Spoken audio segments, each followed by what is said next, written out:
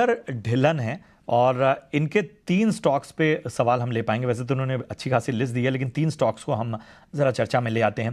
पहला है IOL chemicals, जो कि इन्होंने 404 के भाव पे खरीदा हुआ है। दूसरा टाटा पावर 390 के भाव पे, और हिंद कॉपर इन्होंने खरीदा है 244 के भाव पे। अविनाश जी बताइए, क्या राय होगी अमरिंदर जी को?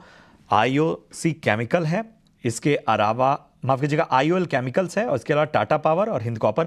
लेवल्स मैंने आपके सामने रखे। मेरे ख्याल से देखिए, अगर हम पहले हिंदुस्तान कॉपर की बात करें तो अभी ऑफलेट रिपोर्ट्स आ रहे हैं कि कॉपर के प्राइसेस अभी वापस नए हाई टच कर रहे हैं।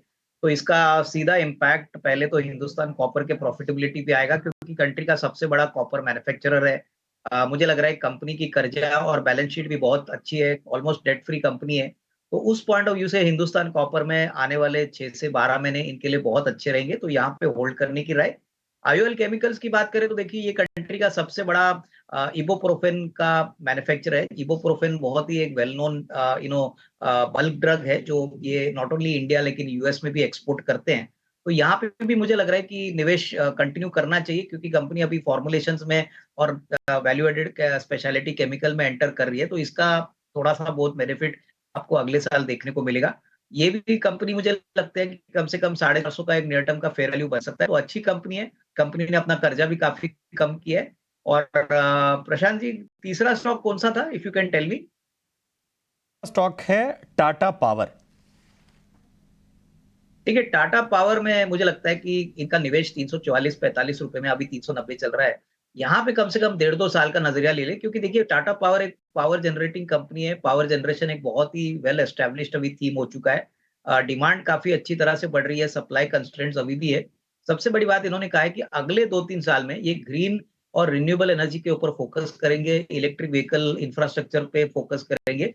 तो मुझे लगता है कि यहाँ पे टारगेट देना मुश्किल है, लेकिन मैं यही कहूंगा कि अगले 1.5-2 साल में बहुत बढ़िया रिस्क रिवॉर्ड यहाँ से भी बन सकता है। तो यहाँ पे भी निवेश कंटिन्यू करें, थोड़ा लॉन्ग टर्म निवेश इसको रख लीजिए, क्योंकि अपसाइड काफी सिग्निफिकेंट आ सकता है। क्योंकि इलेक्ट्रिक जो बिजनेस है, इलेक्ट्रिक व्हीकल का और पावर जनरेशन का, इसका कॉम्बिनेशन बहुत ही बढ़िया है और इससे कंपनी को काफी फायदा होगा। चलिए कुछ और सवाल हम यूट्यूब से ही ले लेते हैं। उमेश मन्ना है, और चलिए हमारे साथ इस वक्त एक कॉलर भी जुड़ गए हैं, उनका सवाल लेते हैं। हमारे साथ श्याम दत्त जी जुड़े हुए हैं। श्याम दत्त जी पूछिए, क्या आपका सवाल है?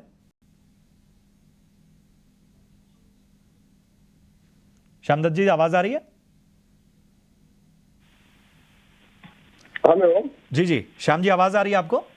हाँ, मुझे आ रही है। आपको मेरी आवाज आ रही है? जी जी जी जी जी, पूछिए, क्या जानना चाहते हैं?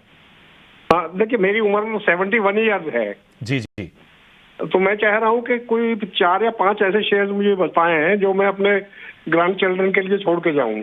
ठीक है। चलिए, तो लंबी अवधि के लिए आपको 4-5 ऐसे शेयर जानने हैं जो आप अपने ग्रैंड चिल्ड्रंस के लिहाज से निवेश करना चाहते हैं। तो पहले तो इस बात की मैं तारीफ करूंगा कि बहुत बेहतर नज़रिया है, और वक्त वक्त में हम निवेश की तमाम रणनीति अपने बाकी जो उसमें शामिल करते हैं। अविनाश जी, श्याम जी को क्या सलाह आपकी होगी?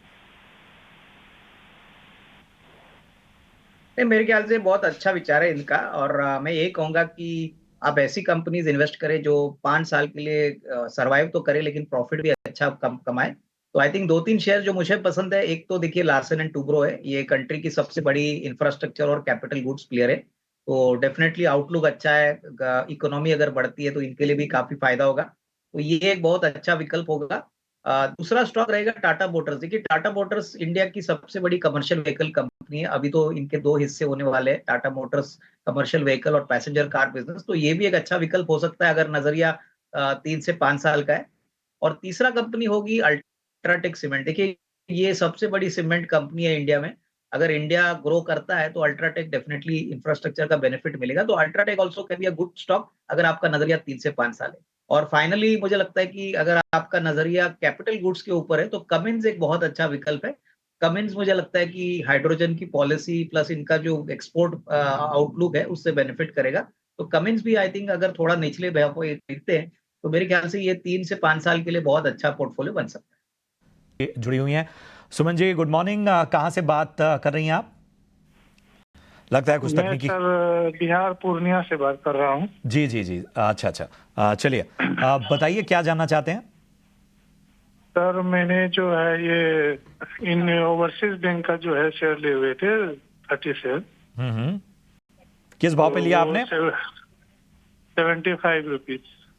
75 पे आईओबी का शेयर आपने लिया हुआ है। जरा हमें नजरिया बताइए कितना रुक सकते हैं आप? लॉन्ग टर्म रुक सकते हैं। लॉन्ग टर्म रुक सकते हैं।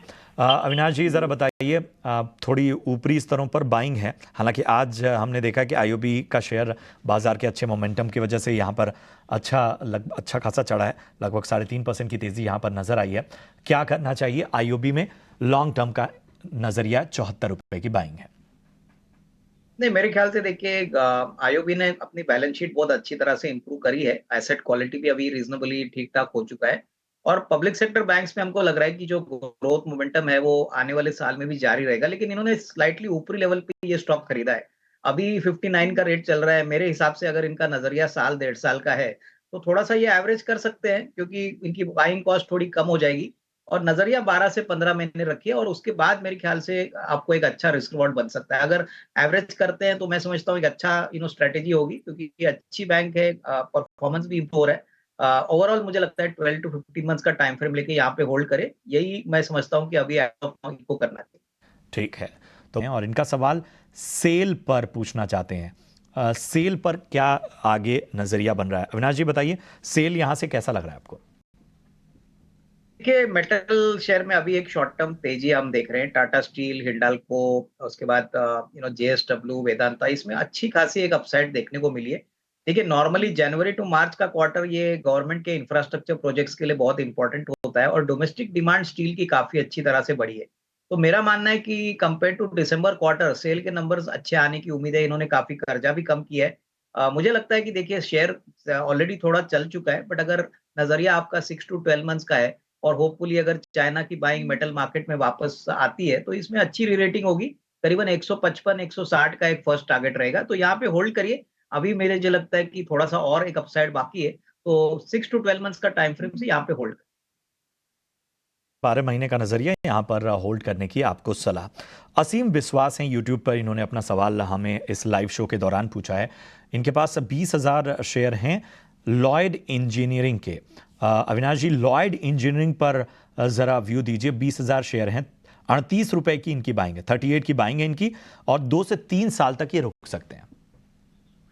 देखिए, लॉयड इंजीनियरिंग एक ऐसी कंपनी है जो इंजीनियरिंग और ईपीसी जैसी का प्रोजेक्ट्स का में काम करती है। ऑर्डर बुक भी काफी अच्छी है, करीबन 850-900 करोड़ की ऑर्डर बुक है। अभी रिसेंटली कंपनी ने एक राइट्स इशू भी किया था 15 रुपए में, बहुत अच्छी तरह से सब्सक्राइब हो चुका। और एक बात जो इस कंपनी की इंटरेस्टिंग है कि ये कंपनी हाइड्रोजन सिलेंडर्स बनाने की टेक्नोलॉजी रखती है। तो होपफुली हमको लगता है कि इलेक्शन होने के बाद एक बार गवर्नमेंट हाइड्रोजन पॉलिसी अनाउंस करेगी तो इस कंपनी को भी फायदा काफी सिग्निफिकेंटली होगा। तो नजरिया अगर आपका 1.5-2 साल है तो यहाँ पे निवेशित रहिए, नंबर्स भी अच्छे आएंगे और ओवरऑल प्रोस्पेक्ट्स भी अच्छे हैं, तो यहाँ पे लॉयड इंजीनियरिंग में होल्ड करने की राय। ठीक है।